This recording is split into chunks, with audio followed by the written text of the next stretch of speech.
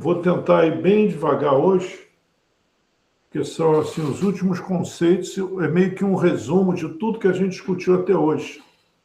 Hoje dá uma fechada no que a gente discutiu, para começar a semana que vem a prática, tá bom? Se vocês forem ler artigos ou fazer cursos de ensaios clínicos, um dos primeiros slides é esse aqui. Como se desenvolve um fármaco e as fases do ensaio clínico. E eu faço sempre ao contrário, eu boto isso no final. Por quê? Porque depois que se entende os conceitos que foram dados até hoje, eu acho que vocês valorizam muito mais, fixam muito mais a questão das fases. Porque quando você bota no começo, a fase 1, 2, 3, 4, então tá bom, e vai em frente. Mas tem detalhes que fazem a diferença de uma fase para outra, que fazem a diferença na interpretação, e que eu tenho certeza que vocês agora vão conseguir captar, entender, fixar muito mais, aqueles que ainda não dominam isso, do que se eu tivesse dado no início. Então, eu sempre deixo para o final, o que é um pouco estranho para todos, mas é a forma que eu acho mais interessante. Quando a gente fala de ensaio clínico, nós estamos falando da ponta da pirâmide, que envolve muito mais coisas. Entre a suspeita de que uma determinada substância, que uma determinada alguma coisa encontrada numa planta, num veneno de cobra, né? Existem remédios para hipertensão arterial que são extraídos do veneno da jararaca. Então, entre essa desconfiança e a chegada de um medicamento no seu produto final, a submissão nos órgãos regulatórios, leva em torno de 10 anos. Então, tem desde a fase da descoberta, que nós chamamos a fase de bancada, né? Que é onde está lidando apenas com química, com bioquímica, com genética, não tem nada ainda a ver com gente, nem com animais. Está ainda no campo muito da teoria e da prática laboratorial, de testes, de se aquelas coisas se combinam, se aquelas coisas têm o efeito bioquímico tal. Então, essa é a primeira fase, a fase de descoberta. E aí se chega a uma conclusão de que tal substância pode ser útil para alguma coisa. Não é raro que se comece que se até comercialize um medicamento com um objetivo e, no final, descobre-se um outro objetivo que é muito mais lucrativo para a indústria e ela aí migra.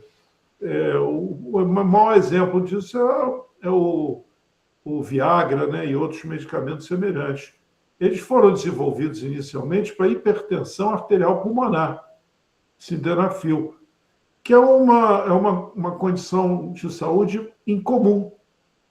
Ela existe, tem pacientes, mas tem muito mais pacientes com enfisema pulmonar, tem muito mais pacientes com asma, com hipertensão arterial, com diabetes. Quer dizer, era um investimento para um grupo pequeno de pacientes. Então, foi feito um investimento enorme. De repente, descobriu-se que poderia ter efeito, era um evento adverso, né? E era um evento adverso que não se esperava na disfunção erétil, que não estava previsto, só que não era um evento adverso que causava problema, pelo contrário, ele causava uma solução. Então, imagina, eles iam vender para um pequeno grupo de doentes e hoje em dia vende-se para uma quantidade enorme de pessoas, né? Pessoas com indicação e sem indicação. Então, era um medicamento que visava um determinado lucro e o lucro foi astronômico, né? Mas isso só foi depois que já tinha publicado o ensaio clínico, já tinha sido aprovado, já estava na fase de comercialização. Mas até chegar lá, foram 10 anos de estudos. Aí vem para a fase pré-clínica, em que se avalia a segurança, biodisponibilidade, estabilidade, eficácia. Às vezes o medicamento não tem estabilidade, ele se desestabiliza rápido, para de ter efeito, causa problema. Isso tudo aqui é feito em nível laboratorial. Aí, em algum momento, começa a se fazer em pequenos animais, os roedores, né, chamados de cobaia, o pessoal às vezes chama de ratinho, enfim. Os roedores. Depois pode-se testar em mamíferos não roedores, que entrava o macaco. E aí, depois que passa por tudo isso, chega na fase clínica, dos ensaios clínicos, e que, de novo, vai se confirmar. Vejam que a palavra segurança vem sempre em primeiro lugar. Vai se confirmar a segurança, a farmacocinética, a farmacodinâmica, a dose mínima efetiva, a dose máxima tolerável, que você tem que achar a dose do medicamento, né? Os eventos adversos e, finalmente, a eficácia do medicamento. E essa fase clínica é dividida em 4 estágios. Professor, só a título de curiosidade, porque esse remédio que o senhor falou, né, quem descobriu a substância que inibe essa enzima foi um brasileiro, né? Eu não sabia. Foi. Eu lembro porque eu sou cardiologista e eu tive curiosidade de saber. Então, quem descobriu foi. Estava vendo aqui, eu me lembrava que era com M, mas primeiro foi Sérgio Henrique Ferreira, USP Ribeirão Preto. Ele descobriu no veneno da jararaca. Ah, você está falando do captopril, né? Que ele Eu pensei que inibiu. era sildenafil. Não, não. E o Maurício Rocha foi que deu continuidade. Foi lá veja. na Universidade lá de Ribeirão Preto, de São Paulo, né? Então, isso foi um marco na história não é da hipertensão, da cardiologia, né? Sem dúvida nenhuma. Você sabe que isso eu tinha cavalos quando eu morava. Eu morava na região rural, da região serrana do Rio de Janeiro. Petrópolis tem uma área rural, eu morava na área rural de Petrópolis e eu tinha cavalo, eu tinha 2 cavalos que eu gostava muito de equitação e de montar. E uma vez nasceram umas verrugas na orelha de um cavalo meu. Muitas. Começou a crescer verruga. Verruga parecia verruga de seres humanos, que é viral, né? E eu ia chamar um veterinário, mas aí o rapaz que trabalhava lá com os cavalos disse assim, não precisa não. Tem uma árvore aqui que sai, a gente dá um talho na árvore, sai um leite dela. A veloz? Eu não me lembro o nome. Tem uns 15, 20 anos. A gente passa aquele leite ali na orelha do cavalo que essas verrugas vão sumir. Eu fiquei muito impressionado porque, de fato, ele foi lá com a peixeira, achou a tal árvore lá no meio do mato, deu uns talhos, como se fosse uma seringueira, né, que dá um talho, escorre uma seiva. E ele colheu aquela seiva assim, dentro de um frasquinho e, com o próprio dedo, aquele dedo sujo, né, que lida com o cavalo, ele passava na orelha do cavalo. Bom, eu não sei se era uma doença autolimitada ou se foi o tal seiva. O fato é que 2 meses depois sumiram completamente as verrugas da orelha do cavalo. Eu cheguei a procurar, eu trabalhava ainda nessa época, eu era professor na Universidade Federal do Rio de Janeiro, eu procurei todo mundo lá para tentar descobrir alguém que pudesse estudar isso. Eu fui na faculdade de farmácia, falei, olha, tem uma árvore lá que aconteceu isso, que eu não sei se é verdade, se existe, mas, de repente, eu poderia coletar um pouco desse material e fazer uma análise aqui inicial. Não sei se tem alguém que possa... Eu não sei fazer isso, não tem como. Bom, não descobri ninguém. Ninguém se interessou, ninguém deu bola e o assunto morreu. Eu não lembro nem o nome da árvore. Mas, na época, eu achei assim, quem sabe está assim, porque a verruga vulgaris, essa aqui, foi difícil combater. Pô, tem umas verrugas que dão em sola de pé, por exemplo, que as pessoas, poxa, tem que fazer cirurgia, ela recidiva, faz cirurgia de novo, ela recidiva, dói. É um problema sério, né? Eu acho que o Aveloz, porque eu já usei também, professor, o Aveloz. E ela é assim. Eu acho que é uma planta mais do sertão, né? Não sei, mas se tem no Rio, eu achei estranho. Mas tá Deu bom. ali na região serrana do Rio de Janeiro. Sim. É uma árvore fina, uma coisa impressionante. Mas, enfim. Seguindo aí, nós chegamos na fase clínica. A fase clínica, são 4 as fases, né, dos ensaios clínicos. A primeira fase, fase 1, não tem nada a ver com doentes. São pessoas aparentemente saudáveis, nas quais o medicamento é injetado, ou a pessoa, se for comprimido, toma o medicamento e tal. Essas pessoas, de uma forma geral, muitas vezes ficam internadas, E aí são coletados exames de sangue, são coletados sangue, urina, para se avaliar enzimas hepáticas, para se avaliar tudo que foi feito, eu falei, então é biodisponibilidade, todas esses possíveis efeitos, tanto os efeitos que o medicamento causa no corpo humano, quanto os efeitos que o corpo humano causa no medicamento. Então é farmacodinâmica, farmacocinética, né? E às vezes o sujeito toma o remédio e o próprio organismo inativa o medicamento em minutos.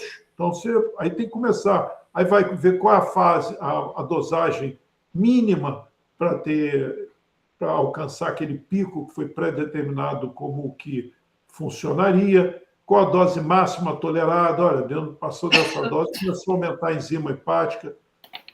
Acho que tem alguém com o microfone ligado, está dando um certo eco. Por favor, deem uma verificada, por gentileza. Então, essa fase 1 não envolve doença, nem doente. A fase 2 e a fase 3 envolvem pessoas com a doença. Aí já passou daquela fase de pessoas saudáveis. É proibido no Brasil você remunerar voluntário saudável para a fase 1. Então, eu acredito, eu nunca participei de nada de fase 1, mas eu acho muito pouco provável que essas pessoas não sejam remuneradas de forma escondida. Qual a pessoa em sã consciência que vai sair de casa e vai dizer assim, eu vou hoje para um hospital sem ganhar absolutamente nada, perder dia de trabalho, para ficar injetando medicamentos em mim e tirando meu sangue, tirando minha urina, para ver os efeitos do medicamento em mim, os efeitos que eu faço no medicamento, à toa. Eu acho muito pouco provável que alguém faça isso de graça. Então, eu acredito que haja remuneração. Nos Estados Unidos, eu tenho certeza que há, porque eu via, inclusive, na época que eu estudei lá, você tinha dentro da cidade universitária, tinha uns postes de madeira e pregado uns cartazes, assim, com umas fileirinhas, e dizendo assim, participe do ensaio clínico, não sei o quê, doe urina, ou faça, enfim, as propostas, receba, procure telefone para tal telefone para saber a remuneração e tal. Então, era muito comum alunos, quer dizer, muito comum não, mas acontecia de, sobretudo, alunos, que são jovens, né, saudáveis, procurarem, se eles achassem que não tinha problema, não ficassem com medo demais, né, participavam, precisando do dinheiro e tal. O interessante é que, da fase 2, eu vou entrar em detalhes de cada uma delas, da fase 2, apenas 32% dos casos da fase 1 chegam na fase, ou melhor, apenas 32% ultrapassam a fase 2. Depois, apenas 60% ultrapassam a fase 3. A fase 3 é aquela que, finalizado o estudo de fase 3, os financiadores do estudo, os patrocinadores do estudo, os donos daquela substância, submetem tudo o que eles têm, desde a fase 1, desde, na verdade, a descoberta, a fase 1, os dados da fase 2 e reúnem os dados da fase 3 para submissão aos órgãos regulatórios. Nos Estados Unidos é o FDA, aqui seria a Anvisa, na Europa a EMA, etc. Esses órgãos regulatórios vão verificar se aqueles dados ali que eles estão apresentando batem com o que eles dizem que apresenta, né, desde a fase de descoberta, desde a fase pré-clínica, né? Se tudo confirmar, os estudos demonstrarem que há segurança e eficácia, até 80% dos medicamentos que são submetidos são aprovados para serem comercializados. Uma vez comercializados, pode-se fazer, deveria-se fazer, estudos de fase 4. O que é isso? São estudos que seriam financiados pelo próprio laboratório para acompanhar aquilo. Depois de ter sido testado, avaliado em 2.000 e 3.000 pessoas, por exemplo, ele agora, quando cair no comércio, vai ser utilizado por 100.000, 200.000 pessoas. Então, dá outra dimensão. Então, a fase 4, que seria também chamado de estudos de farmacovigilância, eles seriam estudos em que faria-se um acompanhamento dos indivíduos que estão tomando o remédio para ver se eles têm mais eventos adversos do que aqueles que não estão tomando o remédio ou que estariam tomando o remédio equivalente que era usado até então, ou placebo, não importa. Isso é muito difícil acontecer. O que acaba acontecendo são estudos ditos de fase 4 também, mas são mais de observacionais e que não comparam com nada. Simplesmente vai vendo os eventos adversos que ocorrem de uma forma geral, porque eles são relatados pelo próprio laboratório ou são relatados por um médico que informa ao órgão regulatório ou informa a indústria, ou publica um trabalho apresentando eventos adversos daquele medicamento, enfim. E aí pode-se identificar um evento sério que bote em risco a vida das pessoas, e esse medicamento pode até ser retirado do mercado. Mas, normalmente, entre a fase 3, entre a aprovação regulatória, melhor dizendo, e uma suspensão de medicamento, passam-se anos. Então, eu pessoalmente, acabamos de lançar um remédio novo, muito bom para isso, eu não tomo. Eu tenho medo. Eu espero ter alguns anos para ver se não deu problema. Mas o que eu queria lembrar a todos é que isso tudo aqui tem um custo de 2 bilhões de dólares. Então, é óbvio que daqui para frente há um grande interesse em que dê certo por parte do patrocinador. Isso não significa que o patrocinador faça coisas erradas para dar certo. Eu nunca presenciei isso, embora certamente exista. Volta e meia tem pesquisadores sendo presos por fraude. Acontece. Mas dificilmente é a indústria que faz isso. É o pesquisador que desenvolveu aquele protocolo, que participou do medicamento. Não é uma decisão de diretoria. Na maioria das vezes é uma iniciativa do pesquisador, do mau pesquisador, né? Então existe, obviamente, fraude, e por isso mesmo, além da fraude, existe a interpretação dos ensaios clínicos, e cabe a nós separarmos o joio do trigo, lendo o artigo e vendo se aquilo realmente, apesar de aprovado, se ele tem aplicabilidade para o nosso paciente.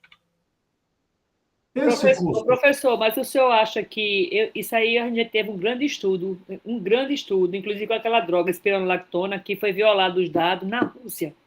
A Rússia foram 5 países envolvidos, eu me lembro quando veio essa história, né, veio à tona, e que o estudo tinha sido violado, o protocolo, eu disse, eita, foi o Brasil, veja que fama, porque o Brasil estava participando, né, mas foi a Rússia. Mas o senhor acha que a indústria não manipula dados, não? Pode manipular, não? Olha, eu acho muito difícil, porque envolve muito dinheiro e uma descoberta de manipulação por uma indústria quebra a indústria. Sim. Porque no dia seguinte caem as ações. O mundo hoje em dia é um dominó, né? É um dominó. Eu me lembro que quando eu fiz um ensaio clínico em que eu propunha, o grupo com o qual eu trabalhava, propunha moxifloxacina substituindo o etambutol para encurtar o tempo de tratamento de tuberculose. Eu trabalhava lá na FRJ, eu recebi a visita de um diretor do laboratório responsável pela moxifloxacina. Ele marcou uma entrevista e foi conversar comigo. Ele estava desesperado, porque se o nosso estudo provasse que a moxifloxacina reduzia o tempo de tratamento de tuberculose, e até provou, mas era um estudo fase 2, então a moxifloxacina ainda estava sob a patente. O que ia acontecer? Se a moxifloxacina fosse identificada como reduzindo drasticamente o tempo de tuberculose e fosse tomada a decisão de utilizar a moxifloxacina no esquema tuberculose, ia haver intervenção da Organização Mundial de Saúde, etc., etc., a moxifloxacina ser tornada grátis para os pacientes com tuberculose, o que ia dar um impacto tremendo, porque era um medicamento extremamente vendido, gerava muito lucro, ia ter impacto na Bolsa de Valores, ia ser um desastre. Todo mundo ligado à linha de moxifloxacina ia perder emprego. Então, essa pessoa veio me procurar, porque ele era da parte comercial, ele não entendia de ensaio clínico. Que, rapaz, isso é um ensaio fase 2. O dia que se comprovar que a moxifloxacina é útil a ponto de ser incorporada ao esquema tuberculose, a patente já foi para o espaço há muito tempo. Fique tranquilo. Então, eu acho que não. Obviamente que eu não trabalho na indústria, não conheço ninguém, é uma dedução minha. É muito grande a indústria para se perder numa coisa tão pequena. Eu acho que isso é próprio mesmo de indivíduos. Eu acho que isso é muito mais uma questão individual do que uma questão de decisão política de alto nível. É como eu penso, né? Enfim, o fase 2, pessoal, ele pode ser subdividido em dois estudos diferentes, que é o fase 2A e o fase 2B. O fase 2 é também chamado de POC, Proof of Concept, prova de conceito. O que você quer com fase 2? Você quer provar um conceito que são, primeiro, que aquele medicamento serve para alguma coisa em gente, que até então não foi testado em gente. E segundo, que ele é seguro. Então, você, quando está com muita dúvida ainda no começo se ele funciona em gente ou não, você pega um grupo de pessoas com a doença, não compara com ninguém. Por exemplo, num paciente com tuberculose, você pega um paciente com tuberculose, vai dar o remédio, confirmou, ele tem tuberculose, tem baciloscopia positiva, 4 cruzes em 4. Aí você dá o remédio 48, 72 horas, coleta novo escarro dele e deixa ele embora tomando o tratamento normal. Você retarda o início do tratamento habitual em 3 dias, ou seja, não tem efeito nenhum no prognóstico dele. Mas você coletou escarro durante esses 3 dias. Aí você vai verificar, por exemplo, se a baciloscopia diminuiu de 4 cruzes para 1 cruz no 3º dia. Ou se zerou no 3º dia. Quer dizer, você está provando um conceito. Esse medicamento ele mata bacilo. Ponto. Foi a única coisa que eu provei. E o paciente está vivo, não passou mal, não teve febre, não teve insuficiência hepática. Então, esse é o chamado estudo de fase 2A. Você não tem um grupo controle. Vocês estão lembrando de um estudo que eu apresentei para vocês, que eu falei assim, que tipo de estudo é esse? Que desenho é esse? Pode ser um estudo observacional? Eu acho que é. E alguém falou assim, observacional não é, porque foi feita uma intervenção. Eu gostei muito daquele comentário, não falei nada, porque eu estava esperando chegar à apresentação, à aula de hoje, para a gente discutir, que foi aquele estudo da flecainida, em que era um estudo de fase 2A, que eu não botei o A. Você tinha o critério de inclusão, eram 600 extracis ventriculares em 12 horas, sintomáticos, etc. Qual era a parte 1 do estudo? Pegou 13 pessoas, 6 homens, 7 mulheres, internou, deu placebo 2 dias, para ficar todo mundo igual. Nesses 2 dias, 2 ficaram bons das extracis, foram excluídos, sobraram 11. Fizeram 3 dias em doses diferentes para determinar qual seria a dose que eles tolerariam melhor. Um teve um acidente vascular isquêmico transitório, foi excluído, sobraram 10.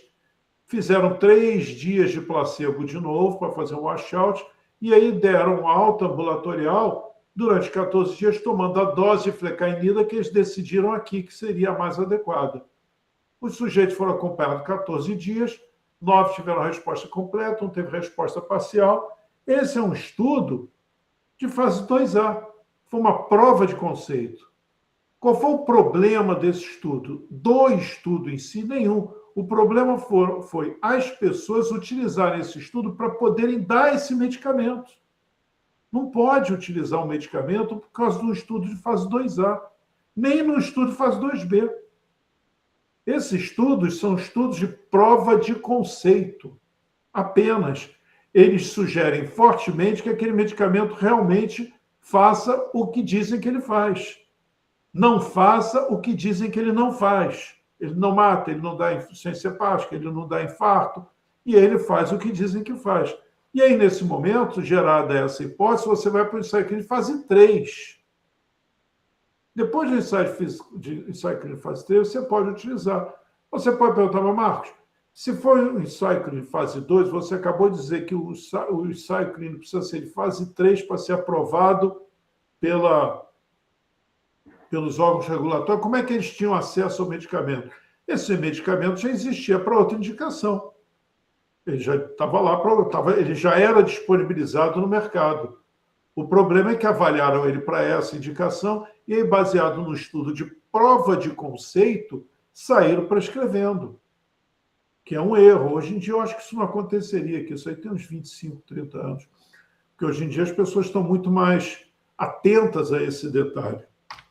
Então, voltando aqui, esse é um estudo de fase 2A. Voluntários doentes, com risco de doença, no caso com a doença, aberto, todo mundo sabe que está tomando o quê, e não comparativo, ou seja, não tem um grupo controle, consequentemente não tem randomização.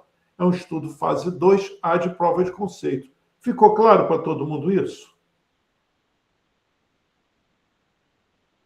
Sim.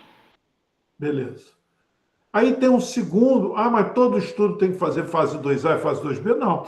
Às vezes eles já vão direto para o 2B, porque já tem dados suficientes para fazer com que você não precise da fase 2A.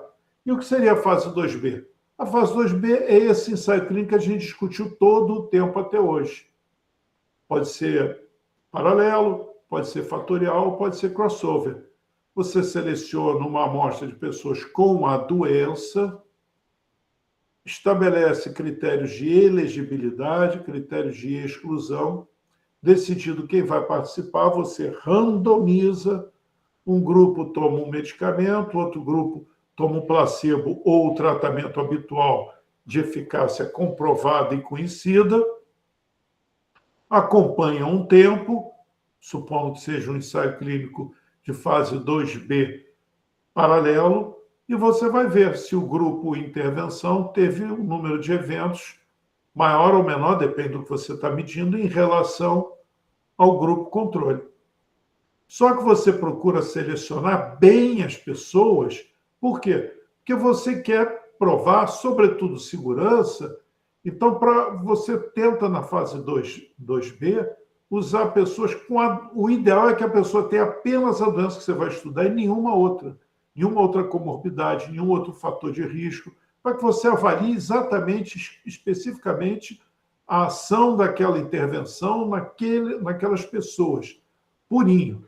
Então, você procura voluntários sem comorbidades, você usa um N menor, não precisa ser muito grande o N, e então é um fase 2B.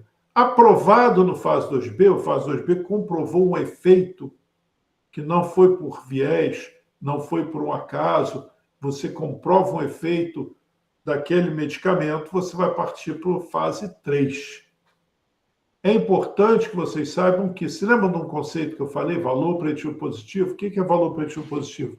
Entre as pessoas que têm o resultado positivo, quantos têm realmente aquele benefício, aquele efeito? No caso das doenças, quando você usa o valor preditivo positivo para diagnóstico, entre as pessoas com o teste positivo, quantos têm a doença? Quando você se refere ao valor preditivo para ensaio clínico, quanto entre aquelas pessoas cujo ensaio clínico foi positivo, ou seja, mostrou efeito, em quantas o efeito realmente existe. Então, a proporção de ensaios clínicos de fase 2 positivos, ou seja, que demonstram a eficácia do novo tratamento ou da nova intervenção, verdadeiramente eficaz, varia de 33% a 66%. Ou seja, apenas em cada 100 ensaios clínicos fase 2B positivos, em cada 100, apenas 33 a 66 realmente tem efeito. Então, o VPP, valor preditivo positivo, do ensaio clínico randomizado de fase 2, varia de 33 a 66. Em cada 100 fármacos demonstrados eficazes, ensaios clínicos de fase 2B, 33 a 66 realmente são eficazes. A confiabilidade do resultado negativo é 90%, é quase 100%. Ou seja, se ele for negativo, ele é negativo mesmo. Se ele for positivo, em média, uma vez que varia de 33 a 66, em média, cerca de metade deles realmente são positivos. Ou seja, quando o ensaio de fase 2B mostra efeito, em metade dos casos esse efeito existe mesmo. O próprio Flecainida mostrou isso para a gente no slide anterior. Passado do fase 2, nós vamos para fase 3. O fase 3, em que é raro que um fase 3 seja comparado com placebo, porque normalmente o fase 3 são doenças que já existe algum tratamento para elas. Então, você vai comparar a intervenção com o melhor tratamento disponível na ocasião, do ponto de vista científico, que tem eficácia comprovada e conhecida. E, de novo, você vai fazer a mesma coisa, seleciona voluntários, só que aí você já tenta botar o mais próximo possível da condição habitual. Você não vai excluir uma pessoa porque ela tem diabetes. A não ser que ele esteja entrando em coma toda semana, mas um diabetes controlado você não vai excluir. Você não vai excluir um tabagista forte, você não vai excluir. Então, você vai tentar. É bem verdade que quem está conduzindo o ensaio clínico não segue muito essa regra, não. Se ele vê que tem muito risco de evento adverso, ele bota para fora.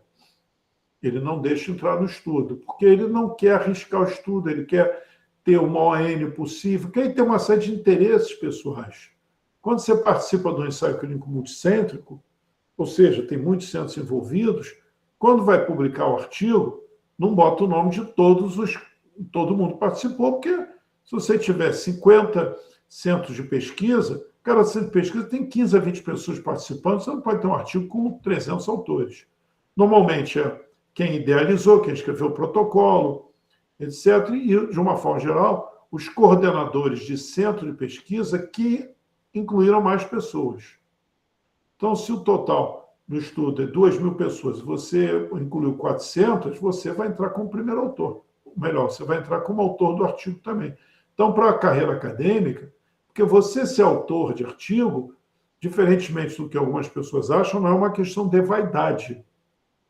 É uma questão profissional. No meu caso, que a minha carreira é de docente, eu precisava de artigos publicados para ascender funcionalmente, para sair de professor assistente para adjunto, de adjunto para associado, de associado para titular, e cada um deles tem 4 níveis, 1, 2, 3, 4. Então, a cada X anos, você vai lá, pede a ascensão funcional, aí você apresenta as titulações que justificam. Para ir adjunto tem que ter, para ir assistente tem que ter mestrado, para ir adjunto tem que ter doutorado, e, além de tudo, você tem que ter uma produção de X artigos, não sei o quê, tem uma série de coisas que contam pontos, você ascende funcionalmente. O que isso significa? Que aumenta o seu salário. Ao mesmo tempo, com mais publicações, aumenta a sua chance de conseguir o quê? Financiamento para suas pesquisas. Então, é um círculo virtuoso. Então, os caras querem incluir pessoas, né? Ele não quer correr o risco de incluir o sujeito e excluir daqui a 2 dias. Não, por isso é ruim. Então, nem sempre o pesquisador segue a risca de fazer o mais próximo possível da condição habitual. Tem que ter muita candura, tem que ser uma pessoa muito generosa para fazer isso. Não é a natureza humana. Óbvio que você não exclui todo mundo, mas você também não corre maiores riscos desnecessariamente. O interessante, na maioria dos livros, vocês vão ver o fase 3, ponto. Mas existem alguns artigos, e já há anos, isso não é, tem pelo menos 15 ou 20 anos, que alguns autores subdividem o estudo fase 3 também em fase 3A e fase 3B. O fase 3A é o chamado ensaio, seria o ensaio chamado pivotal. Aí eu faço uma pergunta, vocês já viram essa palavra? Acredito que vários de vocês já tenham escutado essa palavra, ou lido essa palavra. A minha pergunta é, vocês sabem o que significa pivotal? Não. Não, professor. Também não. Eu escutei, mas não sei não. Não lembro, não. Eu faço essa pergunta toda vez que eu falo isso. Raríssimas vezes alguém sabe o que é pivotal. É que nem uma música que uma vez eu ouvi de um grupo mineiro que falava que a menina usando seu vestidinho preto indefectível. E aí eu perguntava, alguém sabe o que quer dizer indefectível? Também ninguém sabia. É uma rima lá que o sujeito usa, mas no fundo tem a menor relação uma coisa com a outra. Pivotal significa assim, aquele ponto de virada, significa um momento crucial, significa assim uma virada de chave, uma coisa muito importante. Então ele é um ensaio pivotal, por quê? Porque se for aprovado, se der tudo certo aí, esse medicamento pode ir para as agências regulatórias para elas aprovarem ele para comercialização. É por isso é chamado de ensaio pivotal.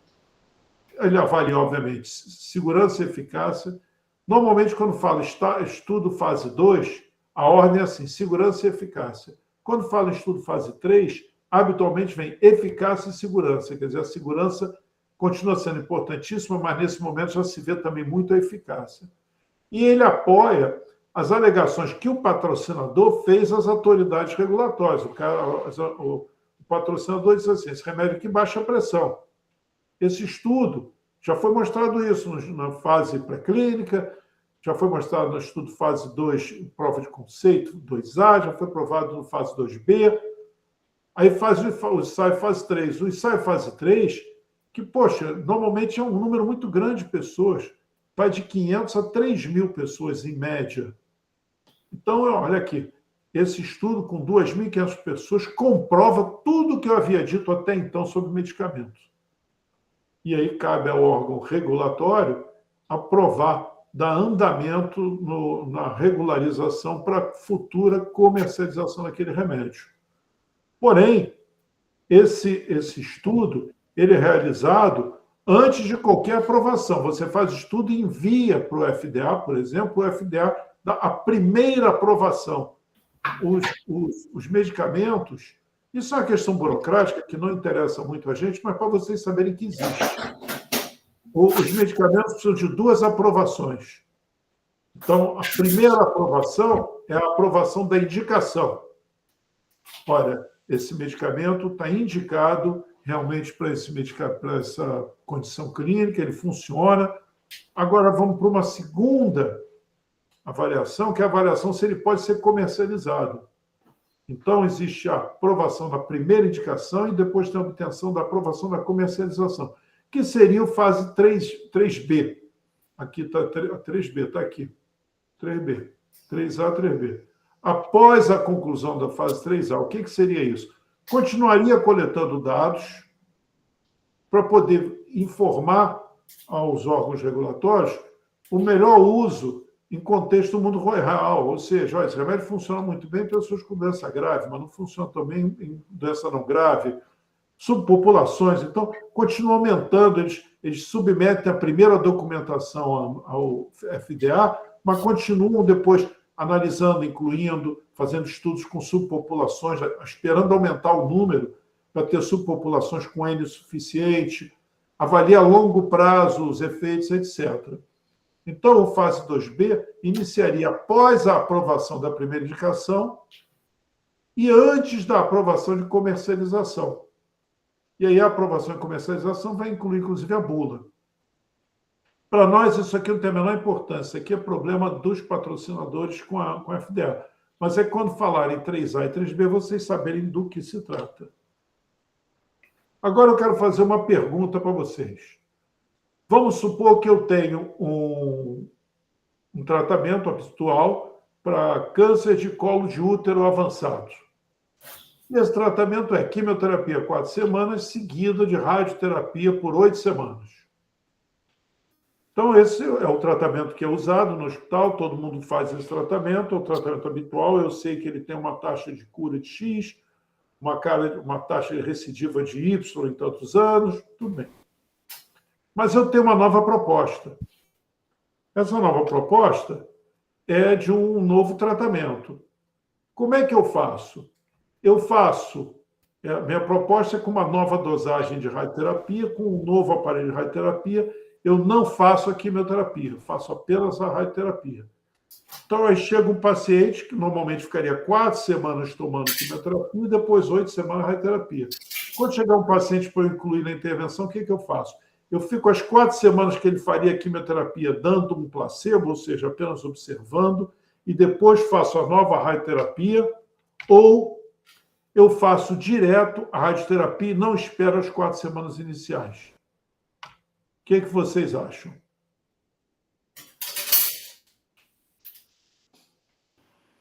Só resumindo, professor, o senhor está dizendo que a proposta é fazer radioterapia sem mais quimioterapia, é isso? Não, a proposta, o tratamento convencional, o braço controle vai ser quimioterapia e rádio. O braço de intervenção é só rádio. A minha pergunta é o seguinte, para ficar exatamente igual, o que é o ensaio clínico? A gente faz tudo igual nos 2 braços, exceto a intervenção. Entendi. Para ficar exatamente igual ao controle, o controle não começa a radioterapia no primeiro dia pós-diagnóstico. Ele começa 4 semanas após o diagnóstico, porque nas 4 primeiras semanas ele vai fazer quimioterapia. Só que a minha proposta é só de radioterapia, sem químio. Então, o que eu faço? Eu observo 4 semanas e depois faço a radioterapia, ou eu de cara, deu o diagnóstico, eu já faço a radioterapia? Não Eu tem acho uma que, resposta eu acho que certa ou faria errada, não, tá? direto. Eu também acho que as faria 8 direto. semanas. Eu também. Eu confesso que eu fiquei eu não estou entendendo a pergunta, professor, me desculpe. Veja se é assim. Então, veja, o paciente está com câncer de colo, a paciente, no caso, né? E aí a proposta é adicionar radioterapia junto com a quimio, é isso? Não. O tratamento habitual no meu hospital onde eu trabalho, todo mundo com câncer de colo de útero toma fase 3B, toma quimioterapia 4 semanas, depois radioterapia 8 semanas. Todo mundo faz isso. Certo. Aí chega um sujeito e diz assim, olha, eu descobri um novo tipo de radioterapia aqui. E que fazendo essa radioterapia foi comprovado em estudos de fase de pré-clínico, etc., tudo que não precisa mais quimioterapia. Só a radioterapia vai ter exatamente o mesmo resultado que a quimioterapia mais radioterapia, ou seja, vai comparar radioterapia pura, que é a intervenção, com o controle que seria quimioterapia mais radioterapia. A minha pergunta é, para você fazer um tratamento exatamente igual na intervenção, igual ao controle, no controle, esse aqui de cima, a gente faz quimioterapia 4 semanas e depois de um mês, 4 semanas, a gente começa a radioterapia. Eu quero fazer um estudo mais parecido possível com esse, porque eu quero avaliar essa radioterapia. A radioterapia aqui não começa assim que dá o diagnóstico, começa 4 semanas depois, ficou tomando quimio. A minha pergunta é o seguinte, chegou um paciente que eu vou incluir no braço intervenção. O que eu faço? Eu dou no braço intervenção, no braço controle, eu dou quimioterapia 4 semanas e radioterapia 8. No braço intervenção, o que eu faço? Eu dou placebo 4 semanas, fingindo que é quimioterapia. Sim. E depois inicio a nova radioterapia, o novo tratamento, ou, assim que a pessoa chega, eu não fico observando um mês dando placebo, eu inicio direto a radioterapia, para ver a resposta. Qual dos dois você faria? A primeira ou a segunda? Eu faria a primeira, faria com placebo, né?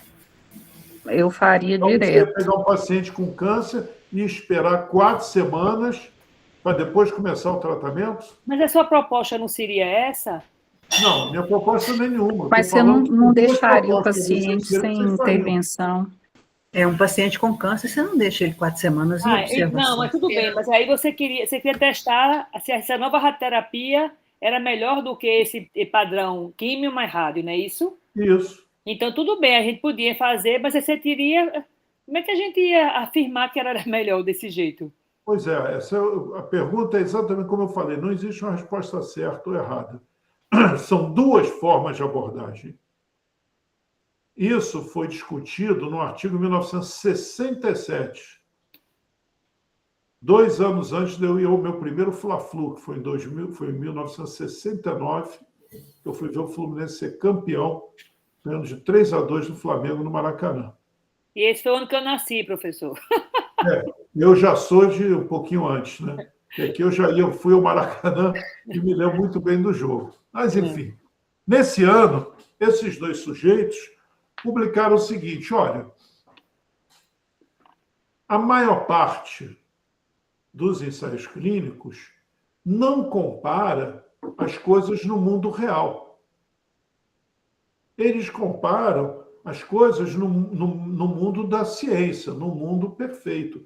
Eles não veem efetividade, eles veem eficácia. Então, eles usam critérios de inclusão e de exclusão rígidos, amostra e o follow-up menor, amostra homogênea, o foco é na validade interna, na qualidade do ensaio clínico, o tratamento é igual, exceto a intervenção, e os desfechos intermediários são muito utilizados. Já existe uma outra forma, que é uma forma que eles chamam de ensaio clínico pragmático, que avalia a efetividade, ou seja, como as coisas funcionam no mundo real. Então, eles aceitam aqui, por exemplo, diferenças no tratamento. Porque no mundo real, ninguém esperaria 4 semanas. No mundo real, todo mundo inicia a radioterapia no primeiro dia.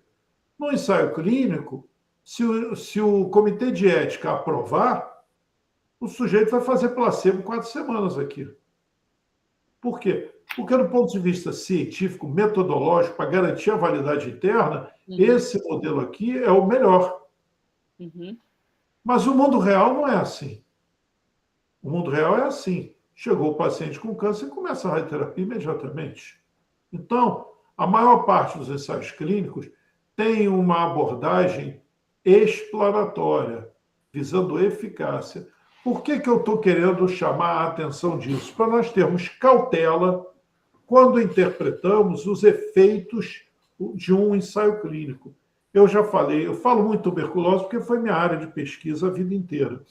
Eu já falei, todos os ensaios, todos os estudos mostram que a eficácia do tratamento com 4 fármacos da tuberculose é de 95%. Ou seja, em cada 100 pessoas que começam o tratamento com tuberculose, 95 tinham que ficar curadas. Mas você vai no posto de saúde, não é isso que acontece. No posto de saúde, em cada 100 pessoas que entram com diagnóstico, em média, 70 ficam curadas. Ou seja, a eficácia é 95%, mas a efetividade é 70%. Eu já falei isso na aula passada. O efeito no tratamento não é apenas o efeito do medicamento, inclui uma série de outros fatores. Fatores biológicos, o meu metabolismo, a minha biologia, comorbidades que eu tenha, efeitos sociais, né? Então, eu não tomo remédio, porque eu não tomo remédio meu, porque eu esqueço, porque eu não quero tomar. Eu não vou com a cara do médico, eu não gosto da enfermeira, ou eu sou racista, ou eu sou católico e eu descubro que o médico é evangélico, ou eu voto no PT, ele vota no Bolsonaro, ou eu voto no Bolsonaro e vota no PT. Enfim, tem uma série de fatores que influem no resultado final. Inclusive, o grau de gravidade da doença da pessoa. Então, não há a menor dúvida que as estatinas diminuem o colesterol. E é muito importante diminuir o colesterol, sobretudo o LDH. Né? Diminui o risco de doença. Mas, por exemplo, eu não posso tomar estatina. Eu tomo estatina, eu quase morro. Minha CPK vai a 1.500, eu não consigo subir 5 degraus de escada. É uma tragédia para mim. Então, o remédio tem uma grande eficácia, mas em mim eu não consigo tomar. Já tentei todas. Sempre que lanço a estatina nova, eu tento. E não consigo. Eu não consigo fazer uma caminhada, eu não consigo passear, eu fico com uma fraqueza que eu não aguento, dor muscular, é uma coisa horrível. Então, esse remédio para mim não serve. Ele pode ser ótimo para todo mundo, menos para mim. Não consigo tomar. Então, isso tudo tem que ser levado em consideração. A gente sempre tem que entender que uma coisa é o resultado do ensaio clínico, outra coisa é a aplicabilidade ao nosso paciente. O professor, uma coisa assim, que o ensaio clínico assim, pergunta, mas por que ele funciona tão bem no grupo não intervenção, né, que a gente vê, né? Eu digo, olha, porque o cuidado ele é completamente diferente. A gente participou agora, professor, do estudo em Chagas, né, que eu trabalho com Chagas, sabe, aqui no hospital, sabe? E aí a gente participou do estudo Parachute, que foi uma droga nova que o sacubitril valsartanas para poder fazer em pacientes, na população de pacientes com Chagas, porque já tinha na população não Chagas. É uma coisa muito artificial, porque o doente dá um espirro, passa mal, liga para mim no final de semana, seja placebo, seja o grupo de intervenção, seja o controle, né? Então, realmente, depois que ele sai do estudo, esse controle, essa ligação com o hospital não fica tão efetiva, né? Então, não fica. Então, na verdade, o que para mim, o que eu digo assim, a diferença maior, às vezes, não é só no remédio, é no cuidado mesmo da gente, né? Eu digo da gente e de todos, né? Que são envolvidos no processo de... né? Durante o estudo, é um mundo artificial. É o que eu estou lá nos nossos ensaios clínicos, eu dava dinheiro, eu tinha dinheiro de pesquisa, eu dava o dinheiro da passagem para o sujeito. O sujeito vinha para tomar o remédio em jejum, ele tomava o remédio, ganhava um lanche que era muito melhor do que o que ele tinha no dia a dia dele, da vida dele. Era um todinho, um sanduíche com queijo, com mortadela, e, enfim. E a pessoa que observava ele tomando remédio, eu tentei algumas vezes fazer o tratamento supervisionado. Eu não tenho a menor paciência. Porque vinha aquela, pô, tinha que tomar lá 6 comprimidos. Aí vinha aquela senhora, tomava 1 comprimido, aí começava a falar da filha. Aí passava um tempo, tomava o 2º comprimido, começava a falar da vida. Levava 20 minutos para tomar os 6 comprimidos, eu ficava desesperado, eu não tenho a menor paciência. Então eu digo, eu não posso fazer isso. Então descobrimos uma menina, uma senhora que tinha lá, Claudeci, que a Claudeci era um amor de pessoa, uma pessoa paciente, com uma empatia extraordinária, já tinha morado em favela, ela conhecia muito bem a vida daquelas pessoas que estavam indo lá e se tornava amiga das pessoas. Então as pessoas iam lá não só para tomar o remédio e lanchar, mas para conversar também com a Claudeci, para desabafar, para bater papo com a amiga. Terminava de tomar o remédio, tomar um cafezinho. Você não tem isso em nenhum posto de saúde da vida do mundo. Vocês podem ver a efetividade do tratamento de tuberculose, por exemplo, varia, como eu disse, em média de 70%. Tem lugar que ela é 55%, tem lugar que é 90%. Qual lugar que é 90%? Depende muito de quem coordena aquela unidade de saúde, do enfermeiro que está atendendo, do médico. Que às vezes tem umas enfermeiras, sem querer desfazer das mais novas, mas tem umas enfermeiras antigas que são cão chupando manga. Elas têm não querem saber de computador, elas têm as fichas ainda, mas sabem o nome de todo mundo, conhecem todo mundo. E elas fazem aquele negócio funcionar. O Programa de Controle de Tuberculose de Petrópolis ficou 3 anos sem ter nenhum abandono de tratamento. Nenhum, 0. Óbvio que a cidade só tem 300 mil habitantes. Mas mesmo assim, tem cidades aí com 100 mil, com taxa de abandono de 20%, de 30%. Por quê? Porque a enfermeira que tinha lá, infelizmente aposentou-se, era uma pessoa espetacular. Então, o chefe, na época do programa, era um médico também muito bom, mas tinha uma super parceria com essa senhora. Então, o negócio funcionava, que era uma beleza. Era uma coisa que dependia do ser humano. Não era o programa é o mesmo em todo lugar, mas o que faz as coisas funcionarem não é o programa em si, que é um dos problemas que eu vejo em tudo. Os programas tinham que funcionar bem per se, e não serem tão dependentes da individualidade do profissional, porque o profissional muda. Hoje em dia, dificilmente a pessoa fica muito tempo, fica no lugar, daqui a pouco peça um emprego melhor, ela muda de profissão, muda de endereço, muda de emprego, não dá tempo de criar aquele... Então, é o que você falou, no ambiente de pesquisa, é um ambiente, o mundo dos sonhos, né? Que o mundo dos sonhos só existe nos sonhos mesmo, né? Eu não sei se vocês conhecem esse livro eu acho muito legal. A Arte da Guerra, de Sun Tzu, chinês. E ele tem uma frase muito interessante que é assim, se você conhece o inimigo e conhece a si mesmo, não precisa temer o resultado de 100 batalhas, você vai ganhar as 100. Usava muito isso a Napoleão. Quem é o nosso inimigo? Quem é o inimigo do nosso ensaio clínico? O desvio da verdade. Nós queremos saber o que pode causar o desvio da verdade, o que pode fazer com que o resultado seja uma mentira. Nós já vimos, vocês já sabem, a validade interna, que é quando a diferença observada entre os braços dos estudos pode ser corretamente atribuída à intervenção que está sendo avaliada. Quem é que faz isso não existir? Quem é que atrapalha a validade interna? Os 2 responsáveis, vocês sabem, são o viés e o acaso. O viés e o acaso é que atrapalham a validade interna. Se você tiver um baixo risco de viés e um baixo risco daquela verdade ter sido devido ao acaso, você está diante da verdade. Então, o viés, também chamado de erro sistemático, tem a ver com a acurácia, com a integridade. E ele pode ocorrer em vários momentos do estudo, como vocês agora já sabem muito bem. Já sabiam antes, né? Mas agora foi reforçado. Antes, durante o delineamento, no momento da inclusão, na randomização, durante a condução do estudo e após o estudo ser finalizado na sua análise e na sua descrição. O acaso, já por outro lado, é a variabilidade do efeito medido, ou seja, o resultado do estudo, devido ao acaso. Não foi porque ele existe aquele efeito, foi devido ao acaso. E aí entra essa frase aqui, justifica tudo que nós fizemos até hoje. Foi a partir dessa frase que eu delineei esse curso. Avaliar a validade interna do estudo requer conhecimento da metodologia de ensaios clínicos e a capacidade de julgar a importância do risco de viés. Só que, para ter essa capacidade, o leitor deve dominar os fundamentos, ou seja, os conceitos metodológicos dos ensaios clínicos nos quais o julgamento se baseará. Esse Higgins é uma pessoa muito importante no ponto de vista da medicina baseada em evidências.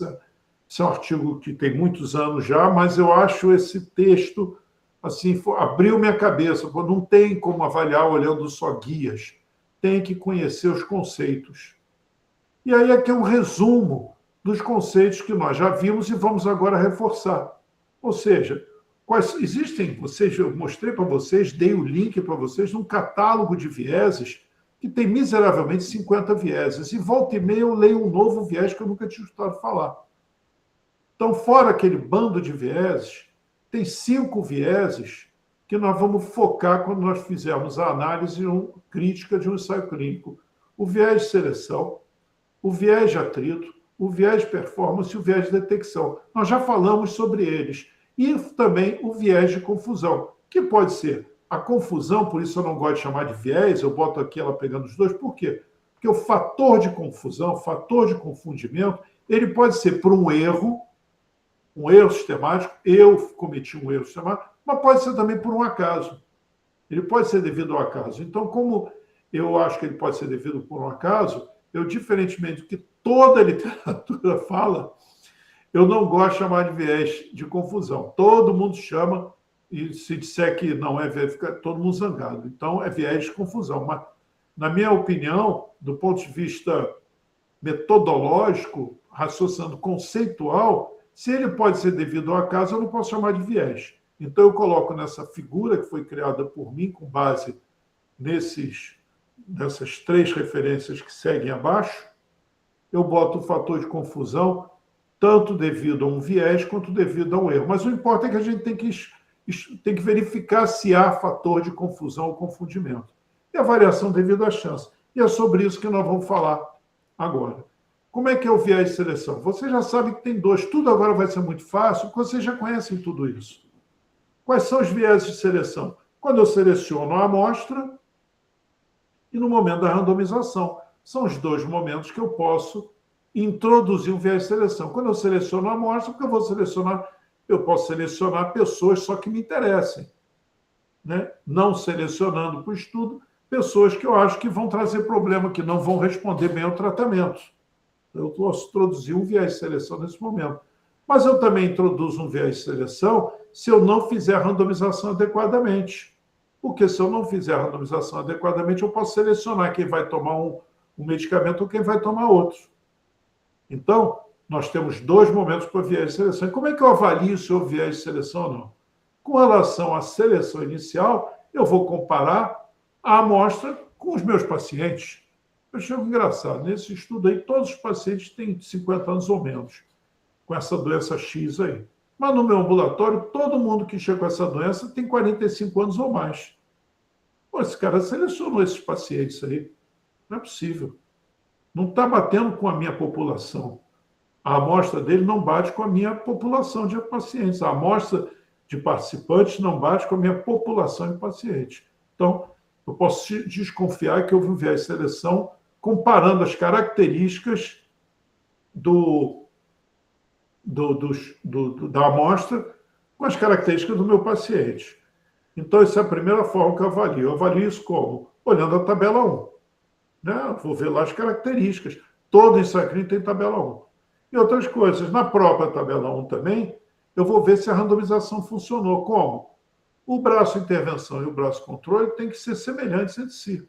Então, normalmente vem um N, um P do lado, P-valor tem que ser maior do que 0,05, ou seja, não há diferença entre os 2 braços. E aí, durante a leitura do artigo, eu vou ver, vem cá, foram estratificados fatores de confusão conhecidos, pelo menos por mim? Como eu disse, eu sei que o paciente com HIV soro positivo tem mais chance de ter resistência, de ter recidiva e tuberculose. Então, eu estou fazendo um tratamento para evitar recidiva e tuberculose. Eu tenho que estratificar. 2 braços. Eu tenho que botar um braço HIV positivo e ele eu faço a randomização. HIV positivo toma o braço medicamento A ou medicamento B. E o HIV negativo toma medicamento A ou toma medicamento B. Foi estratificado, a alocação foi aleatória, mas tem que estar escrito lá, olha, foi usada a central telefônica, ou foi usado envelope opaco, tem que explicar. Está claro que a ocultação da sequência aleatória, ou melhor, está claro que a sequência aleatória ficou oculta até o momento da inclusão. E, finalmente, se isso tudo tiver acontecido, quando a gente olhar os 2 braços randomizados, eles vão estar semelhantes entre si. Viés de confusão. O que é o viés de confusão? Já vimos também. Não preciso relembrar. É uma variável associada à intervenção e ao desfecho, que faz parecer que há uma associação entre a exposição e o desfecho, quando não há. Eu dei exemplo do café com o câncer de pâncreas. Fator de confusão ali, ou confundimento, tabagismo. O tabagismo está associado ao café e pode ser causa de câncer de pâncreas. Mas ele não causa o uso de café. Ele está associado, sem nexo de causalidade. Ele está associado ao uso de café. Quem toma café, fuma mais. Ou quem fuma mais, toma café. Ou era assim antigamente. Mas o tabagismo está associado ao câncer de pâncreas. Então, como é que eu vejo o fator de confundimento? De novo, eu vou olhar lá as mesmas coisas. Houve estratificação dos fatores de confusão conhecidos? A alocação, por quê? Quando você randomiza, você distribui de forma igualitária possíveis fatores de confusão. Por isso que o fator de confusão é muito mais fácil de ser visto, aonde? No estudo observacional, na corte. Por quê? Porque não há randomização. Então, sempre...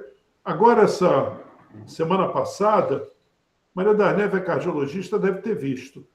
Saiu uma publicação dizendo que... O que era mesmo? Melatonina está associada ao maior risco de morte e complicação por ciência cardíaca. Foi apresentado isso no Congresso de Cardiologia de algum lugar do mundo aí, que eu não sei onde foi. Você chegou a ver isso, Maria da Neve?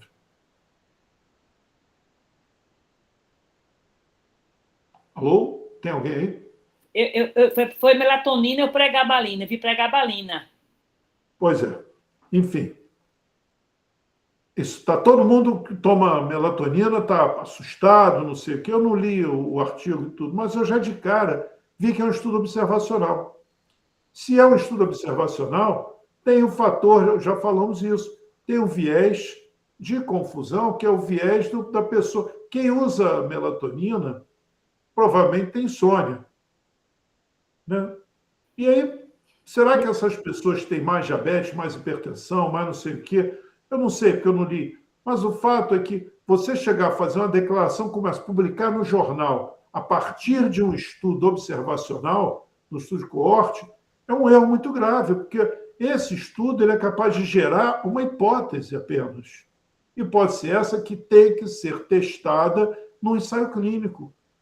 Usar uma hipótese como fato é um erro. Mas eu tenho certeza que a melatonina causa isso. Isso é outra coisa. Pode ser que isso seja verdade, pode ser que o ensaio clínico comprove isso. Não é isso que eu estou falando. Eu estou falando do delineamento. Esse delineamento é inadequado para se fazer uma observação como essa, muito menos publicar em jornal. Porque aí todo mundo que toma melatonina já ficou com medo. Minha mulher falou, já não vou mais tomar esse negócio que ela às vezes toma. Eu disse, olha, eu não vou dizer para tomar ou não tomar, mas esse artigo aí não pode dizer isso que eu estou dizendo. Só que santo de casa não faz milagre, né? Agora fica lá zanzando aqui, que não um zumbi, que eu não tomo mais. Eu soube disso. E, na verdade, professor, o sono também, né? Não dormir mal, na verdade, assim, os estudos observacionais, aí tem que ser observacional mesmo, né? Porque não tem como ser diferente. A não ser que você teste droga. De dormir menos que 7 e mais que 9 aumenta risco cardiovascular também. Então, de repente, essa variável de confusão, né? Que é não dormir. Com certeza, o fato é o que eu digo assim, pode ser que isso aconteça, melatonina, mas você não pode fazer essa afirmação a partir de um estudo em que você não randomizou, você não pôde, não estratificou fatores de confusão ou não distribuiu fatores de confusão aleatoriamente, que isso é feito como? Com randomização. Esse é o ponto, tá? Viés de atrito. Esse aqui é o tema. O que é o viés de atrito? Ele é causado pela perda de participantes após a randomização. Eles aumentam a chance do erro do tipo 2. O que é o erro tipo 2? Falso negativo. Deu negativo, mas não é negativo, né? Existe diferença, mas ele não identificou. Vamos lá. Nós temos aqui, vamos dar aqui a anatomia de um ensaio clínico de fase 2 ou de fase 3, paralelo. Nós selecionamos uma amostra. Aí está aqui, um bando de pessoas aqui vai participar. Aí chegamos aqui, randomizamos. Eu uso aqui o método da moeda, mas podia ser outro. Um braço é a intervenção. Vai tomar a intervenção, o outro braço é o controle. Vai tomar o placebo ou o medicamento que a gente saiba a eficácia, já seja conhecido, o tratamento habitual. Eu vou ver o desfecho tempos depois no braço intervenção e vou comparar tempos depois com o desfecho no braço controle. Aqui eu posso, antes da randomização, excluir pessoas. Eu começo a dar, seleciono, vocês antes da randomização vão tomar durante 2 semanas um remédio qualquer, o placebo, seja o que for. Qual o objetivo disso? Aumentar a proporção de pacientes ou participantes com adesão à intervenção e aos procedimentos durante o segmento. Então, se o sujeito recebeu placebo 2, 3 semanas, eu dei, era para tomar 100 comprimidos, ele tomou 70, eu já vi que ele, com 1 mês de estudo, ele já teve uma adesão ruim. Eu não vou incluir esse cara no meu estudo. Então, essa é uma das formas de se fazer o run-in, que se chama, que é o run-in de placebo. Existe também o run-in ativo, em que o paciente toma a intervenção já, mas não foi randomizado ainda. Ele recebe a intervenção durante algumas semanas e aí depois faz-se um washout, para e tomar a intervenção aos tempos. Se ele teve uma adesão nesse momento, ou se ele foi excluído por quê? Ou se ele apresentou o quê? Uma adesão menor do que 80%. Ou não respondeu ao tratamento, ou não tolerou a terapia, eu excluo ele. Mas eu estou excluindo na fase run-in. Por quê? Porque eu quero aumentar o poder do estudo. O que é o poder? A capacidade de verificar, de identificar uma diferença entre 2 tratamentos quando eles realmente existem. O que atrapalha o poder de estudo? Qual o que prejudica? O tamanho amostral pequeno. Qual o problema? Diminui a validade externa do estudo. Você lembra o que é a validade externa? A generalização dos resultados do estudo para a população em geral. Por quê? Porque no mundo real, isso aqui está mostrando o quê? Não é um estudo, não é uma atividade pragmática, é exploratória. Eu estou querendo caprichar do meu estudo. Então, eu não vou incluir o sujeito que não está respondendo ao remédio. Ora, bolas. Um dos objetivos do ensaio clínico é verificar quem responde ao remédio. Se eu tiro antes de randomizar quem não responde, eu só vou ter respondedores. Então, eu vou aumentar o poder do meu estudo, ou seja, eu vou aumentar a capacidade de identificar um efeito que existe. Só que ele não é reprodutivo para a população do mundo. Por quê? Porque a população do mundo não é selecionada antes quem responde e quem não responde. Todo mundo usa. Então, o placebo ativo, ou melhor, o run-in ativo, a gente deve já olhar com alguma... Já traz uma certa limitação em termos de validade externa, não interna. Validade interna é se tudo que aconteceu no estudo é verdade. Então, o que esse Active Run-in prejudica também? Se lembra, ele introduz o quê? Um viés de seleção.